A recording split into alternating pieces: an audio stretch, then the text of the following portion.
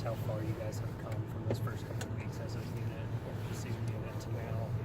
Just the growth you guys have gone through. What has been the biggest factor to that, do you think? Well, I just think the biggest factor in that just is what we've been through, just not only in this season, but also in the off season, and honestly, what we do outside of football as well. We're just a very tight-knit group, and even outside of football, when we're at our apartments, we're hanging out, doing stuff together. But it's just a close-knit group. Parris, I know you guys were disappointed to not be in the playoff, obviously, but does the matchup and the opportunity here with USC, did that help? I mean, what do you think of it? Well, ultimately, our goal is obviously, win our conference, which we did, and then look forward to, bigger and better things, which is the playoffs. And it was definitely disappointing, watching that not being chosen. But at the end of the day, we still have a game to play. It's a big time bowl, Cotton Bowl. Against a very good team. They won their conference as well. So, at the end of the day, you just gotta send our seniors out with a win.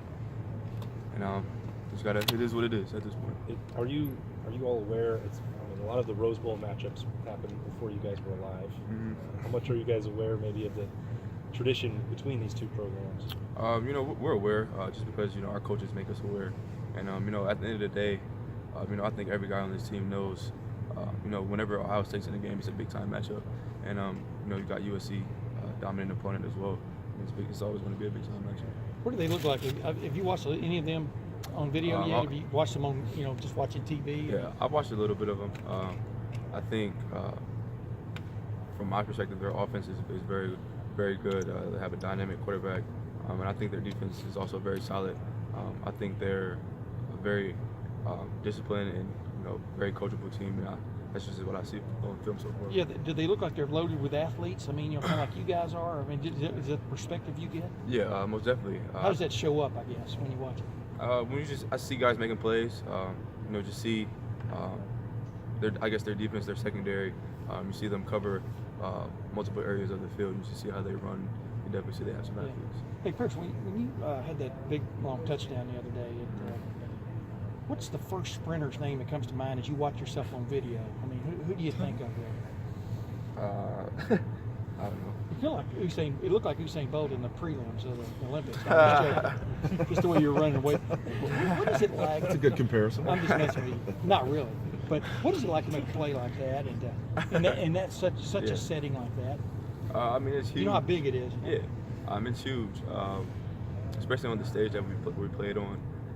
Honestly, even myself, like when I got back to the sideline, I was like kind of like wow, like I just scored in the Big Ten championship. But it's huge, to be able to make those plays for my teammates. And we kind of got off to a slow start a little bit. Terry started off with a touchdown, and we had a turnover, but just to be able to get that momentum back, it was huge for us. But I asked you and Terry about this after the game there in the locker room. But I just wonder, you guys have come so far as a group. Yeah. Like you talking about y'all hang out together and all that kind of stuff. All that aside, you still got to catch the ball and score. You know what I mean? What has been the biggest difference in that aspect of it, do you think, that you guys have been able to rise as a group of playmakers? I think the number one thing with that is just accountability. Just everyone holding each other accountable. We know as a unit, and our coaches know as well, who's everyone on the field, there's a standard to be set and the standard to be made. So I think every guy just, holds himself accountable, not only to himself but also to his teammates, and that's just that what makes us do what we do. You'll be a fifth-year senior. But when you're going across the middle and stuff and you're catching a pass, all that's not going through your head. I mean, just physically, what do you think changed with you guys from just a competency standpoint of catching the ball and running with it? Practice. Yeah, I can tell you a lot of hard work went into it, no doubt. And not just only practice, but there's been times where me and JD have came in here, past midnight, just working on our technique, our skills, just trying to get better, not only for ourselves but for the team as well. You'll be a fifth-year senior if you come back next year. Are you definitely coming back, or do you have a decision to make, Parris? Where I'm at right now is, just trying to go through parole prep, just continue to get better. Obviously, that's a cliche answer, but it's kind of honest. This is honestly where I'm at right now. Just trying to develop, trying to get better, and then ultimately, go beat USC in the Cotton Bowl. Parris, obviously, if you do stay, you'll have a different quarterback next year. I know you like working out with Dwayne and those guys, but how do you feel about Dwayne or maybe Tate? I don't know if you guys have had that conversation yet about who may be getting the start next year. I would assume it'd be Dwayne, but what are your thoughts about possibly, him being behind center next year? Honestly, Dwayne's an elite quarterback. He still has some growing up to do just with his leadership qualities. But I mean, obviously, we all can see it. The kid can play. I mean, anywhere, anytime. But so Dwayne's a very elite quarterback. I think with this offseason, spring practice, winter training, all that stuff, he's just going to develop into a great leader. And so definitely that would be a fun guy to play with for sure. Parris, I imagine you saw what happened with Ryan Shazier earlier this week. Just wondering when you see something like that, what kind of goes through your mind about that? Well, for me, just because he was a guy, that was around when I was a freshman. It's kind of, I know it's just scary, but that's the game of football that we play. You never know what's going to happen. Injuries, are prone to happen at some time.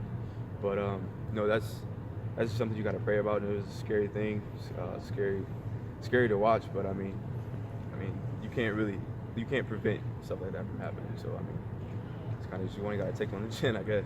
Does it give you second thoughts at all about putting yourself out here and putting yourself at risk? No, not really. Just because this is the game I love, to play. And honestly, like when you're on the field, that's something that stuff like that never just crosses your mind while you're playing. So you just kind of focus on other things. But I mean, I hate to see it happen, but sometimes it does. But do instances like that play into your decision whether or not you're going to leave for the NFL next year? Honestly, I think whether I did stay or leave, I think it's a risk reward either way, and that's something you got to take into account based on the decision, based on your situation where you're at. But I think, this year I could have, something could have happened to me. I could have had a season injury, but I think honestly, just the game of football, it's always that risk reward.